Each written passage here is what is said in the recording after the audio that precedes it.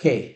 Kwa hiyo leo tunajifunza, bado tuko kwenye self discovery. Leo tuko kwenye point namba 6 ambayo ni 2.6.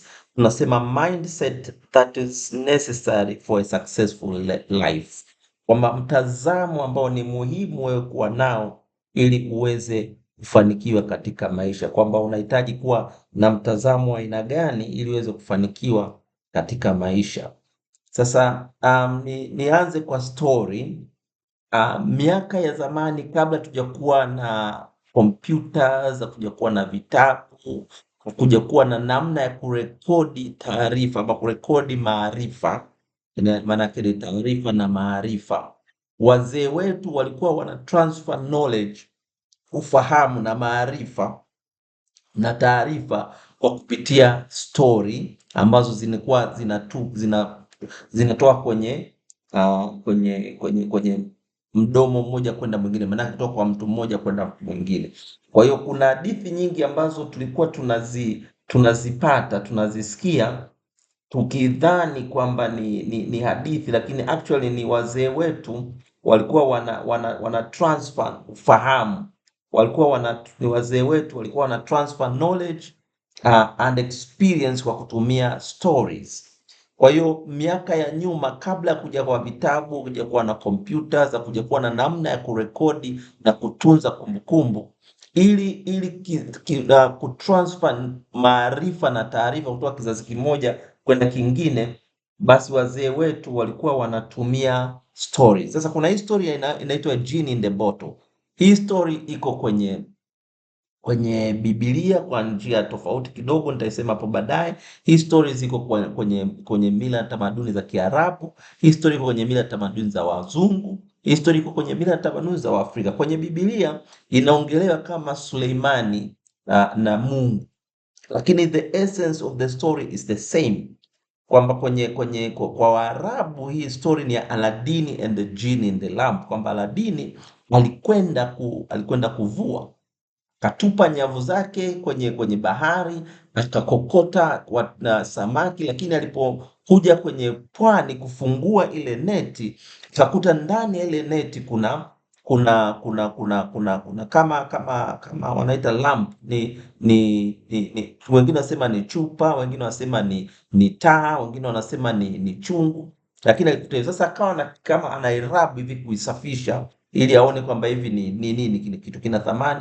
Kwa akawa anaifutafuta, wakati anaifuta kafungua mdomo wa ile chupa ama ile light ama ile chungu, mdomo kafunguka, jini akatoka. Yule jini akasema, aisee, ninakushukuru sana kwa sababu mimi nilikuwa nimefungiwa humu ndani kwa 1000 years. Kwa hiyo wewe umenifungua, umenipa uhuru, umenipa kupata uhuru wangu. Kwa hiyo kwa kuzawadia nitakupa 3 wishes. If you have 3 wishes, I'm going to grant them. Kwa hiyo Aladini akapewa 3 wishes aweze kuzisema, na of course story inasema kwamba alitoa 3 wishes na akazipata. Kwenye Biblia tunaambia Suleiman alimpendeza Mungu sana kwa kutoa dhabihu. Baada ya kutoa dhabihu, Mungu akashuka kwa njia ya malaika akamwambia, sema chochote unachotaka nami nitakupa.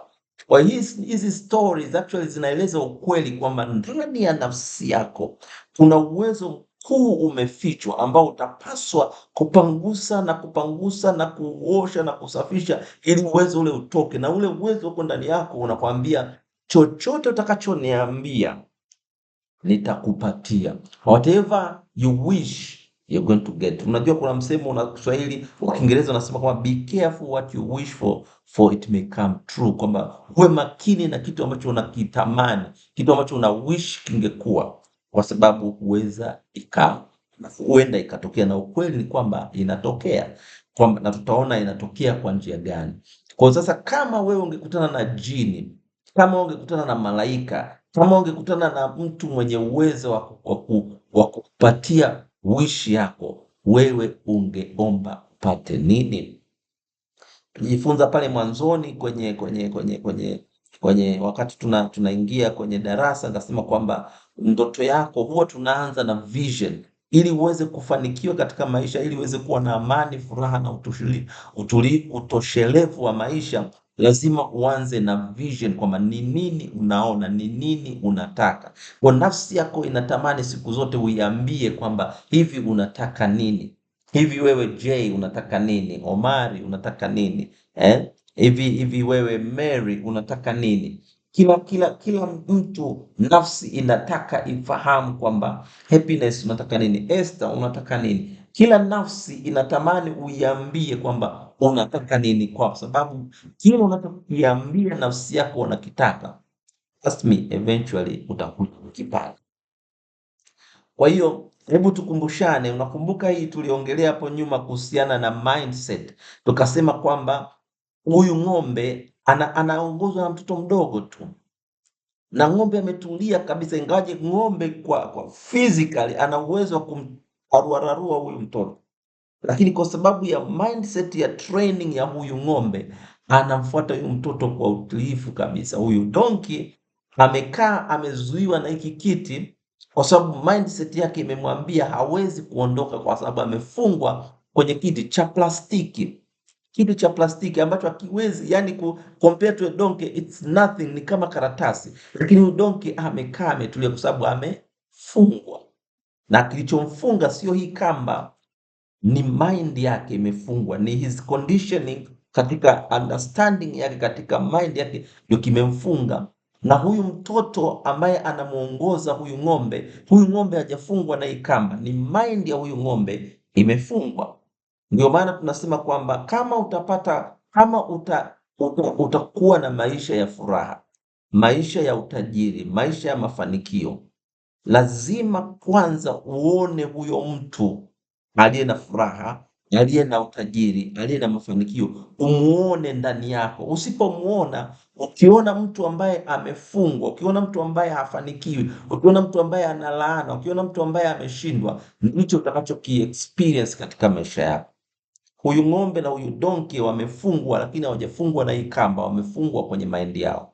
Watu wengi wanashindwa kufanikiwa sio kwa sababu hawana uwezo kufanya kitu, ni kwa sababu akili yao imefungwa na conditioning walizozipitia kwenye utoto wao na kwenye ujana wao.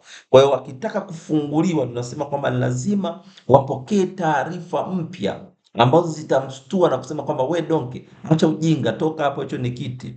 We ng'ombe, acha ujinga, huyo mtoto unampiga teke tu anaondoka, kwa sababu amepokea taarifa mpya sahihi zikamwezesha kuamka katika usingizi. Kuna msemo unasema kwamba kundi kubwa la mbuzi linaloongozwa na simba linaweza kumdefeat, linaweza kuwapiga kundi kubwa la simba linaloongozwa na kondoo. Yaani una jeshi kubwa la kondoo linaongozwa na simba, upande wa pili una jeshi kubwa la simba linaongozwa na kondoo, walete waje kuclash. Hawa jeshi kubwa la kondoo linaloongozwa na simba watawapiga jeshi kubwa la simba linaongozwa na kondoo. Kwa nini? Ni kwa sababu mtazamo na uwezo wa yule kiongozi unasaidia kundi zima linafanikiwa. Familia zinafeli, familia zinaanguka, makampuni yanafeli, makampuni yanafilisika, yanaanguka, nchi zinafeli, nchi zinafilisika. Si kwa sababu ile nchi hazina uwezo, ni kwa sababu ya uwezo wa yule kiongozi ambao watu wanamwangalia. Kwa hiyo kama recap, lakini kwa kusaidia zaidi, kwamba tumejifunza kwamba mawazo ni vitu, thoughts are things. Mawazo ni mbegu, everything else is harvest. Mawazo ni mbegu, kila kitu kingine ni mavuno. Kile unachokifikiria leo kuhusiana na past yako, present yako na future yako, kile unachokifikiria leo ni mbegu, kitazaa kesho yako. Leo yako hii unayoiona ni matokeo ya mbegu ya mawazo uliyokuwa nayo huko nyuma, kwamba huko nyuma kuna mbegu ulipanda ya wazo fulani ndio likakufikisha hapa leo. Kwa hiyo kama kesho yako unataka iwe by design, lazima uchague unawaza mawazo ya aina gani. Na maneno pia ni vitu. Words are seeds, everything else is a harvest. Kitu gani unawaza na mawazo unapoyatamka yanakuja katika format ya maneno. Ndio maana nasema fikra ni mbegu, lakini maneno ni mbegu, kwa sababu fikra zako, mawazo yako huwa una express kwa njia ya maneno. Kwa hiyo lazima uangalie kwamba unazungumza kitu gani, unawaza kitu gani, lakini inaanza nyuma. Kabla ya hapo, inaanza kwenye unachokiamini. Kile unachokiamini kinatengeneza unachofikiri. Kile unachofikiri kinatengeneza unachosema. Kile unachosema kinatengeneza hisia. Hisia zinatengeneza mvuto na maamuzi. Maamuzi yanatengeneza destiny yako. Ndio maana nasema kwamba unaangalia kile unachokiamini, kwa sababu determine utawaza nini, utasema nini, na mwisho utafeel namna gani, na utatenda namna gani, na hatima yako itakuwaje. Kwa sisi tunazungumza hivi ili kusaidia kwamba wewe kama wewe ni spirit, ni roho, una nafsi, unaishi kwenye mwili. Mwanadamu ni roho, ana nafsi, anaishi kwenye mwili. Kwa hiyo usikubali mazingira ya nje ya kwenye nafsi na kwenye mwili ya define wewe limit yako ni nini. Ukimchukua leopard ama leopard, ukamchukua leopard ukamkuza kama paka nyumbani kwako, unafikiri atakuwa paka? Ukamchukua simba ukamweka kwenye zizi la ng'ombe, ukamlisha kama unavyolisha ng'ombe, unafikiri atakuwa mkubwa au kufanana na ng'ombe? Kinachomtofautisha sio chakula anachokula, sio mahali alipo. Kinachomtofautisha ni ile mbegu iliyoko ndani yake, ndio inamtofautisha kwamba huyu ni simba. Hata kama ungemlisha chakula cha binadamu, simba atakuwa aje kuwa simba. Kwa hiyo mara nyingi tofauti ni kwamba wanadamu tuna uwezo wa kufikiri, kwa sababu tuna nafsi na mwili. Kwa hiyo wakati mwingine tunaruhusu nafsi zetu na miili yetu iamue kwamba sisi ni watu wa namna gani. Kwa hiyo inatuwekea mipaka. Mimi ni mwanamke, unajiwekea mipaka kama mwanamke. Mimi ni Mwafrika, unajiwekea mipaka kama Mwafrika. Mimi ni sijasoma, unajiwekea mipaka kama mtu ambaye hajasoma. Sina mtaji, unajiwekea mpaka kama mtu ambaye hana mtaji. Lakini ukweli ni kwamba hii mipaka yote ni mipaka tunayoiweka kwenye akili zetu, kwa vile ambavyo tunaamini, mwisho wake tunafikiri, tunasema, tunahisi, tunahisia, alafu tunatenda. Kwa hiyo lazima tubadilishe. Tunaporuhusu vitu ambavyo tumevifanya, ambavyo tumevipitia, viamue kwamba sisi ni watu wa aina gani, tunaharibu future ambayo tungeweza kuwa nayo. Naomba nirudie tena. Tunaporuhusu experience yetu tuliyopitia. Unaona kwenye hii seko hapa juu tunazungumza kuhusu mazingira yanaamua knowledge, maarifa ulionayo. Maarifa yanaamua experience. Experience inatengeneza belief. Belief inatengeneza value system, baadaye unafanya choice, then inakupeleka kwenye mazingira. Kwa hiyo mara nyingi, kwa mfano, unapotaka kuajiriwa, wanakwambia lete CV. Sasa CV ni testimony ya past. CV inatoa ushuhuda kile kitu ambacho umewahi kufanya huko nyuma. Haina maana huko mbele utaweza kufanya kile kile ama utafanya zaidi, lakini kwa sababu ya limitation yetu kama binadamu, huwa tunasema kwamba tunataka mtu tunapoomba CV, wakati tunatafuta daktari, tunataka mtu ambaye ameshafanya kazi kama daktari. Kwa hiyo tunaangalia nyuma ili tukabili mbele ya huyu mtu kuna uwezekano atafanya vizuri, kwa sababu huko nyuma alifanya vizuri kwenye eneo hili hapa. Kwa hiyo hiyo inatusababisha hata sisi kwenye maisha yetu tunajikuta tunaangalia past yetu ili tuchague future yetu itakuwaje.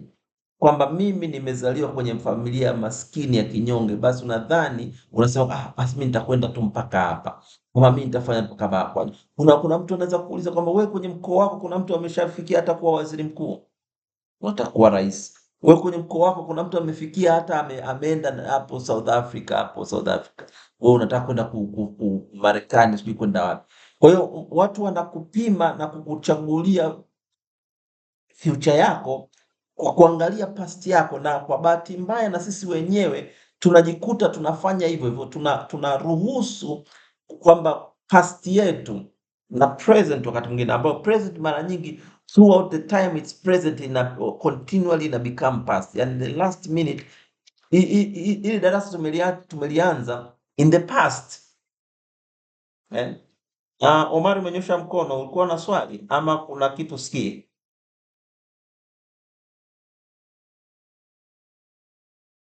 Hello? Uko okay? Okay, sawa. Kwa hiyo tunaruhusu, tusikubali kuruhusu experience yetu ya nyuma itumike kwenye akili yetu kujudge future yetu itakuwaje. Tafuta future unayoitaka wewe kama kwenye genie in the bottle, alafu iambie nafsi yako hiki ndicho ninachokitaka. Kwa sababu gani? Kwa sababu let me ask you, let's say ukaamua kwamba unataka kufanya kitu kikubwa sana ambacho kwenye familia yako hakuna ambaye amewahi kufanya, kwenye ukoo wako hakuna ambaye amewahi kufanya, kwenye kabila lako hakuna amewahi kufanya, kwenye taifa lako hakuna ambaye kufanya. Let's say ukaamua kufanya hicho kitu hivi, hata kama kisipotokea, wewe unapata hasara gani? Utapungukiwa na nini kumfanya maamuzi ya kwamba mimi nataka nipasue hichi kitu kwa nguvu zangu zote, kwa akili yangu yote na uwezo wangu wote, alafu kisitokee? Wewe utakuwa umepata hasara gani? Huna hasara. Lakini ukweli ni kwamba hata kama hutafikia 100 kile kitu, kafikia 80, 70, 60, bado utakuwa umefika mbali kuliko ambavyo ungekaa kutulia na kuamua kuacha past yako ndio iamue future yako itakuwaje. Natumaini tunaelewana. Okay. Kwa hiyo kuna mambo machache ambayo nataka tuyangalie ambayo ni critical kwa ajili ya kusaidia wewe uwe na mtazamo ambao unahitaji kuwa nao ili uweze kufanikiwa. Kumbuka tunaongelea ni mtazamo gani, ni attitude gani, ni mindset gani unatakiwa uwe nayo ili uweze kufanikiwa. Cha kwanza, lazima uamue major focus yako ni nini. Last week tulikuwa tunaongelea kuhusu hilo, tunasema kwamba lazima uamue, choose with all you have in you, accept it within. Lazima uamue major focus yako nini. Of course unaweza kuwa na minor focus na even minor focuses, lakini lazima uchague kwamba mimi future yangu itakuwa ni hii, ninatamani maisha yangu yajulikane kama hii. Ukisikia Nyerere akilini mwako linakuja ni Mwalimu na kiongozi wa taifa, si ndio? Ukisikia Arnold Schwarzenegger unajua ni actor. Ukisikia Diego Maradona unajua football. Ukisikia nani, ukitaja boxing kuna jina linakuja. Ukitaja business kuna jina linakuja. Kwa nini? Kwa sababu kuna mtu alikaa kaamua, bwana, mimi future yangu ninataka, my life nataka iwe about this. Ndio nikasema tafuta muda, tenga muda, dakika 15, 20, 30, tenga muda uweze kuamua kwamba bwana, mimi ninaamua maisha yangu focus yake itakuwa ni hii. Kama una vitu vingi, okay, kuwa na minor focus. Sema major focus yangu number 1 ni, na niliwapa assignment, bado sijapokea kutoka kwa mtu yoyote, ili niwapa assignment kwamba uniambie major focus yako, na kama una minor niambie minor yako. Kwa hiyo choose one thing to be your major focus. Samahani, naomba nichukue maji.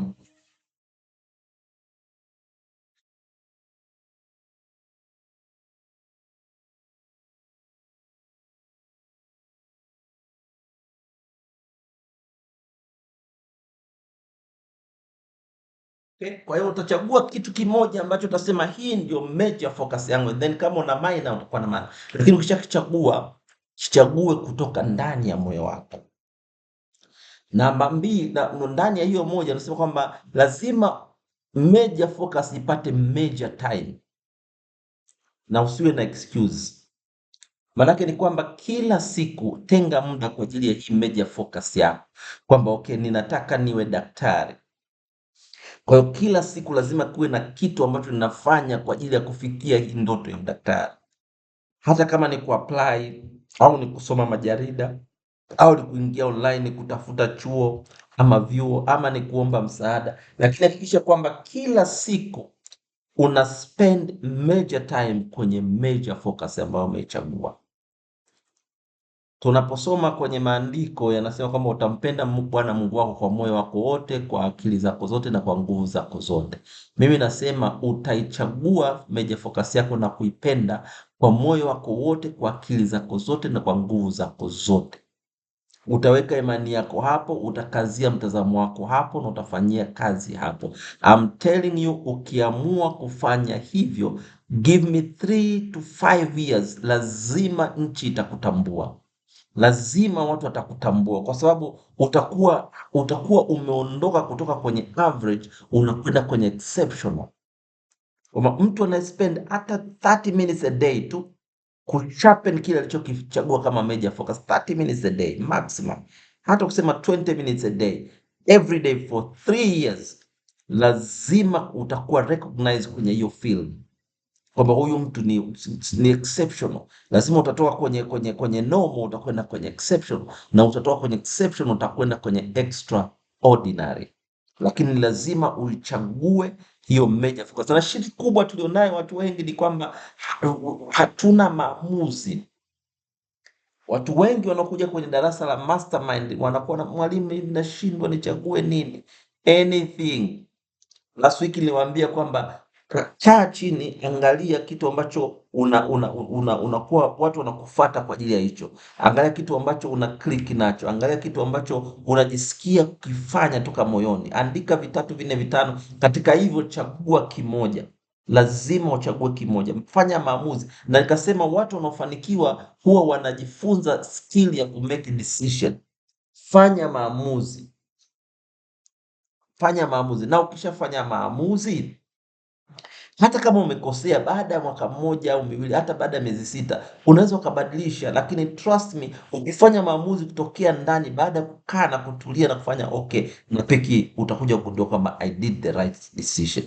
And then namba 2, nasema lazima kama wanafunzi, kama watu ambao tunataka kufanikiwa, lazima tu eliminate energy drainers. Kuna vitu ambavyo vinakunyang'anya, vina drain nguvu zako. Unajua mafanikio yanakuja kutokana na kwamba unafanya kazi.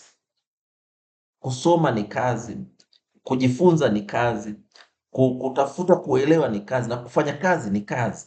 Lakini hutaweza kufanya kama kuna vitu vinakunyang'anya nguvu yako. Kwa lazima utafute hivi ni wapi ambapo nina drain, kuna energy, nguvu yangu inapotea. Nguvu yangu inapotelea wapi? Angalia, unajua tuna masaa 24. Watu wanasema mwalimu, mimi sina muda, niko busy. Naambia no, tuna masaa 24. Katika masaa 24, masaa 8 unalala, masaa 8 unafanya kazi, unabakia na masaa 8. Haya masaa 8 yaliyobakia unafanya nini? 8 hours every day. Masaa 8 unalala, masaa 8 unafanya kazi, unabakiwa na masaa 8 ya kwako kufanya chochote utakachokitaka. Haya masaa 8 ya kwako unafanyia nini? Hapo ndipo tunapata watu exceptional, hapo ndipo tunapata watu extraordinary, kwa sababu katika ile masaa 8 kutoa nusu saa tu, kusema hii nusu saa ninaiweka kwa ajili ya kufanya my major focus. I'm telling you, ndani ya miaka 3 hatutakutambua. Kwa lazima sasa uondoe energy drainer, kwamba masaa 8 unalala, hakikisha kijana unalala 8 hours. Lala 8 hours, na lala kama ukipungua sana basi 6, lakini ideally sleep 8 hours. Unalala masaa 8, unafanya kazi masaa 8, na ukiwa kazini fanya kazi. Usitegetege wala usiingie kwenye mambo mengine. Ukiwa kazini fanya kazi. Yanabaki ya masaa 8. Haya masaa 8 yanaendaga wapi? Tafuta kufanya audit. Haya masaa 8 huwa yanaenda wapi? Angalia unayapeleka wapi ya masaa 8, then angalia ni wapi unapoteza nguvu zako, and then ondoa vile vitu. Get rid of things and people you tolerate but you don't like. Kuna watu unawavumilia, wanakupotezea muda, wanakupigia simu ovyo ovyo. Unajua watu wanaopoteza muda huwa wanapenda kupoteza in a company. Hakuna mtu anayependa kupoteza muda peke yake. Kwa hiyo watakupigia simu, they will try kutafuta ili ujoin kwenye kupoteza muda. Sasa na wewe kama hutakuwa mwangalifu, utajikuta unaingia kwenye mkenge, unaingia kwenye kupoteza muda nao. Kwa hiyo angalia ni wapi yale masaa 8 yaliyobaki ya binafsi, tawala binafsi, yanapotelea wapi. Hebu fikiria Imagine kipindi ambacho ulikuwa very happy, ulikuwa unafanya nini? Unatafuta kustop energy drainers. Kipindi ulichokuwa very happy ulikuwa unafanya nini? Kwa sababu unapokuwa happy ni nafsi yako inakupa feedback, hichi unachokifanya ni cha sawa. Kwa hiyo tafuta kurudi pale kwenye place of happiness. The last time you were very happy ulikuwa unafanya nini? Ulikuwa unakuwa nani? I am extraordinary happy when I teach and I teach people and people understand me. Hii inanipa furaha. When I am teaching, when I am becoming a teacher, an instructor, a person who gives and help people to find information that transforms their life, inanipa furaha. Ndio maana natafuta mara kwa mara kurudi mahali hapo, sababu hapa ndipo mahali pananipa furaha. Tafuta mahali ambapo ulipokuwa na huzuni sana, ulikuwa unafanya nini? Ulikuwa unakuwa nani? Hii itakusaidia kukimbia mahali pale, kwamba mahali pale sio pa kwenda, kwa sababu pale pananipa. Unapokuwa na huzuni, ni mekanizmu Mungu ameiumba ndani yetu kutupa feedback kwamba usiende hapo, usifanye hicho. Huzuni inatupa maumivu, maumivu yanatupa feedback kwamba hapo ndipo upaswi kuwepo. Unajua, imagine kama ungekuwa husikii maumivu kikatwa. Unajua, mtu ungeweza kukatwa mkono alafu usijue, ukaendelea na shughuli zako mpaka tuambie, hey, wewe Omari, una mkono mmoja, umekwaje? Maumivu ni mazuri. Maumivu yanatupa taarifa kwamba kuna sehemu pamepata shida. Kwa hiyo unapaatendi pale sehemu ili pawe whole again. Unapokuwa na huzuni, unapokuwa na maumivu, unapokuwa na masononeko, ni nafsi na kupa feedback. Haya mazingira, the person you are being, what you are doing, you should not be doing. Kwa tafuta kuondoka hapo. Sasa imagine ni mambo gani na maeneo gani, ni shughuli gani, ni environment gani ambayo unapokaa unakosa furaha, unakosa amani, unajisikia uchungu, unajisikia kupoteza muda. And then ukishajua, tafuta ni mahali gani unakuwa happy, mahali gani unajisikia raha, mahali gani unajisikia empowered and happy and excited na kujisikia kwamba unatoshelevu. Then fanya strategy ya kutoka mahali kwenye mazingira ambayo yanakuumiza uende kwenye mazingira ambayo yanakupa furaha. Hapo ndipo utakuwa kwenye mafanikio. Namba 3, kupandisha kiwango cha utendaji wako. Raise your standard. Tegemea zaidi kutoka kwako na kwa watu wa karibu wako. Usikubali watu ambao wana viwango vya chini kaa karibu na wewe. Kataa kuwa mediocre. Mediocre maana yake ni okay. Unaosha gari lakini sio chafu, sio safi. Unavaa nguo hauchukizi lakini haupendezi.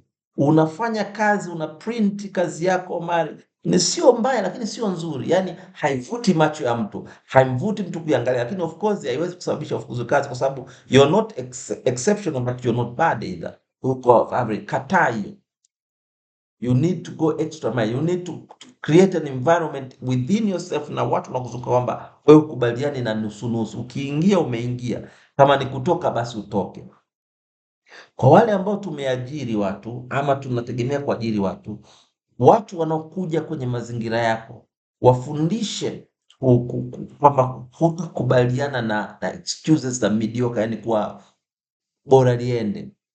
Mediocre maana yake ni bora liende. Sasa mtu bora liende kwenye environment yako, jaribu kumtrain.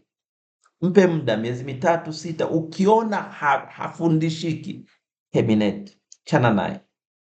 Kwa sababu ile mediocrity na excuse behavior inaambukiza kuliko behavior ya kuwa exception. Exceptional behavior tuna tendency ya kuadmire, tuna tendency ya kuifurahia, lakini hatuna tendency ya kuicopy. Mediocrity, excuse behavior, tuna tendency ya kuicopy na kuifuata, sababu ni rahisi kuteremka kuliko kupanda mlima. Kwa hiyo ukikaa karibu na watu wenye tabia ya kuwa na excuse, tabia ya kufanya vitu bora liende nusu nusu, eventually utawakopa. Najifunze kutokupoteza muda wala kupoteza fedha. Sasa next week tutaanza kwenye skills za maisha, tutaanza na time management. Lakini hapa nataka uchukue ili kwamba Jifunze kuto kupoteza muda. Yaani amua kwamba mimi sitakubali niwe ninapoteza muda, kwamba sitapoteza muda, sitapoteza fedha yangu. Fedha yako hata likiwa buku 1,000, hata ni buku tu, iweke kwenye account, sema hii ni fedha yangu. Yaani fedha isitoke ovyo ovyo. Kuna tabia ya kuchukua 100 unasema hii ni 100 tu, ama hii ni buku tu, nishike 1,000 tu. No, ukianza kuchezea 1,000 utachezea ni laki, 10,000. Ukianza kuchezea 10,000 utachezea laki. Ukianza kuchezea laki, eventually utachezea milioni. Ukianza kuchezea milioni utachezea bilioni. Kuna marafiki zangu wananiambia, yani nilikuwa na milioni 10 kwenye account, hata sijui imeenda wapi. Kama ambavyo wewe unasema ulikuwa na 10,000 hujui imeenda wapi. Kuna mtu anasema nilikuwa na milioni 10 hata sielewi imeendaendaje. Yani niweza kutoa 1,000, niweza kutoa 200,000, laki ngapi, imeisha. Kama ambavyo wewe una 10,000 una laki, unasema yani nilikuwa na laki last week, nilikuwa na laki kwenye account, kwenye M-Pesa, kwenye Tigo Pesa, sijui imeenda wapi. Hivyo hivyo kuna mtu ana milioni 10 anasema hajui imeenda wapi. Kuna mtu ana bilioni 1 anasema hajui imeenda wapi. Ukianza kuchezea hela ndogo ndogo, eventually utachezea hela kubwa. Ukianza kuchezea dakika 10, dakika 20, unasema ngoja ni past time hapa na washikaji. Mwisho utachezea siku, utachezea miezi, na eventually utachezea maisha yako, sababu jamaa amezeeka lakini mtu mzima ovyo, ana chochote cha kuonyesha. Lakini alianza kuchezea dakika 10, dakika 20, eventually akawa anachezea siku, eventually akawa anachezea wiki, mwishoni mwezi, mwaka, eventually, kwa sababu successful life inaanza na successful hour. Mtu ambaye amefanikiwa katika maisha anaanza na kufanikisha 1 hour, and then 1 day, and then a week, a month, a year, a decade, a lifetime. Kwa jifunze kabisa kuwa mgumu, kuwa mjeuri, kuwa mkali na muda wako na fedha yako. Usikubali mtu achezee fedha yako, usikubali mtu achezee muda wako. Kwa hiyo maana yake ni assign kila muda uliopewa na kila pesa uliopewa kusudi fulani. Jumatatu jao ni sikukuu, una plan kufanya nini? Weka timetable. Weka plan kwamba Jumatatu ni sikukuu, nitakuwa na masaa 16. Katika masaa 24 kwa na masaa 16 nitafanya 1, 2, 3. Mimi nina kalenda ya mwaka mzima. Kila weekend najua ina assignment gani. Kila holiday nishaipangia assignment yake. Kila siku, kila mwezi, kila wiki nimeipangia assignment yake.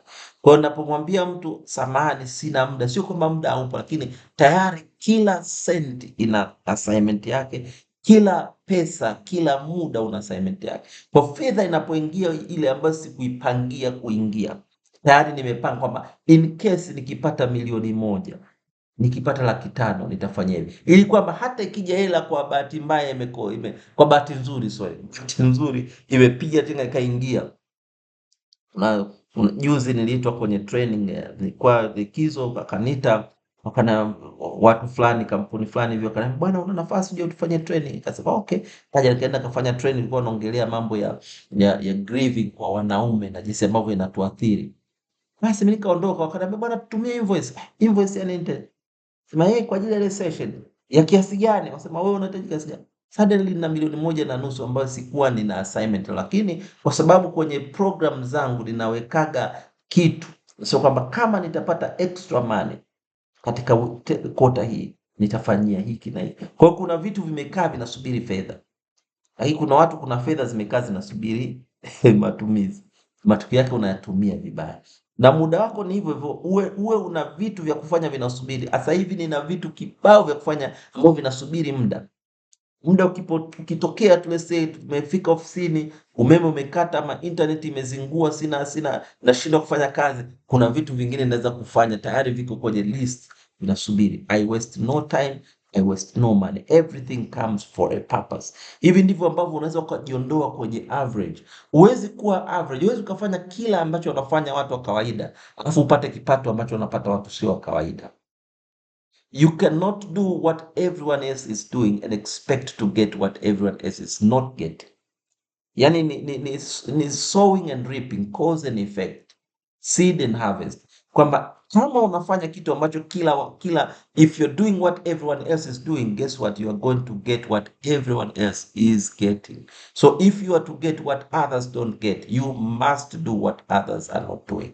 Ili upate kitu ambacho wengine hawapati, lazima ufanye kitu wengine hawafanye, na ili ufanye kitu ambacho wengine hawafanyi, lazima uwe na mtazamo, lazima uwe na fikra, lazima uwe na macho na focus na akili tofauti na majority.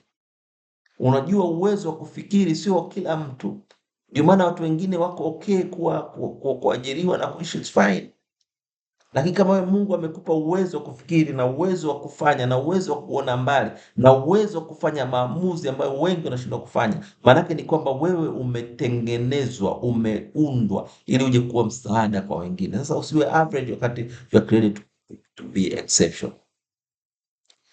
Na kingine katika ku raise your standard, amini kwamba unaweza kufanya na ucreate an understanding ndani yako, tengeneza uelewa ndani yako kwamba hakuna jamna nyingine, yani siwezi nikafanikiwa kwa njia nyingine zaidi ya hii, na kwamba ni lazima nifanikiwe, na utaona utafanikiwa. Na anza kubehave, anza kufanya, kuwa na tabia, anza kutengeneza tabia ya kutokea pale ambapo unatamani uwe kwenye ile standard unaotakiwa uwe naye. Hata kama hujafikia hivyo ambayo ninazungumza hii kwamba this is an ideal, hujafika, lakini anza kubehave kama hivyo immediately. Mwambie watu, mimi sina muda wa kupoteza, nimepanga hivi weekend hii nafanya. Anza hivyo, anza kubehave, na eventually kwa hivyo, kwa sababu ndoto yako ni maisha yako, na ni kumbukumbu yako, ni legacy yako. Nampenda huyu Mohamed Yunus, ni Nobel Peace Prize winner. Anasema kama hatufikii kitu ni kwa sababu hatujaweka akili yetu katika hicho kitu. If you are not reaching into achieving something, kama hatufanikishi kitu fulani, ni kwa sababu hatujaweka akili yetu, mindset yetu, create that which we want. Ni kweli kabisa kwamba mindset yetu ndio inatupeleka ambao unakwenda. Sasa mara nyingi vinavyotuzuia tusi create kitu ambacho tunakitamani ni either fear inatuzuia ama love inatuvuta. Love inatupeleka katika utajiri, wingi, afya, mali, furaha na good luck. Maana nini good luck? Ni bahati njema. Lakini hofu inatuletea kuwa na upungufu, magonjwa, umaskini, kuwa na furaha na bahati mbaya. Sasa hii ni uchaguzi tu. Kama mimi ninachagua love, wewe utachagua fear. Mimi ninachagua kuwa wealthy, kuwa na abundance, huyo anachagua scarcity. Mimi ninachagua kuwa na afya, huyo anachagua magonjwa. Mimi ninachagua kuwa na furaha, huyo anachagua kuwa huzuni. Mimi ninachagua bahati njema, huyo anachagua bahati mbaya. Na kwa sababu mwalimu, unachaguaje? Kwa maneno yako. Kile unachokiamini ndani yako ndicho ndio uchaguzi wako, kwamba umeweka ndani yako kwamba mimi ni mtu wa kupendwa. Mimi kumbuka nilizungumza kuhusu professions, vitu ambavyo tunavikiri mara kwa mara. Sasa lazima ufanye maamuzi kwamba mimi I choose love. Put aside fear. Fear haitaondoka moja kwa moja, itaendelea kubaki na inaning'inia hapo, inasubiri labda utafungua mlango ingie, lakini wewe make a decision. I am deciding that I'm operating on love in abundance, wealth, health, happiness and good luck. Wale watu wenye ambao siku zote wanakuwa na bahati njema, wanaona nini? Ni watu tu wamefanya uchaguzi. Sawa. Okay. Nafikiri nimemaliza kwa leo. Basi ninaomba kama tuna maswali niweze kukaribisha maswali kabla tujamaliza. Leo tumemaliza in good time. Karibuni kama kuna maswali.